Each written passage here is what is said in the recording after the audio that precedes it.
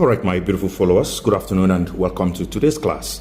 In today's class, I want us to take a look at what we did last time, just a recap on what we did last time. This is what we called a contactor holding circuit, or more professionally called a latching circuit. So what happens here is that when you send a signal to this contactor, the contactor gets energized and it remains energized even after removing the signal.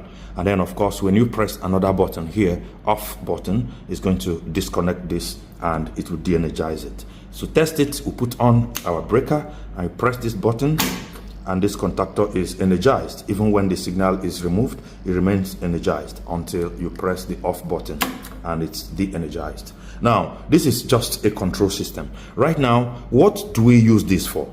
This is used, for example, to drive a motor. This is what we could call a direct online motor starter.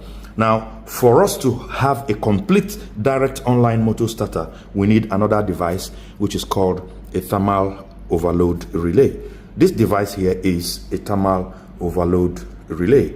And what does it do?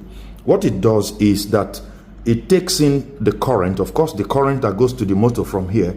This is connected to the contactor. These three pins are connected to the three power pins, power terminals of this contactor, while these other three terminals, we connect our load or our motor to this side. And of course, the current that flows through here to the motor generates heat internally, and the heat generated inside here depends on the amount of current that flows through these three pins. And before this can trip, the amount of current that can trip this relay depends on the set value on this knob.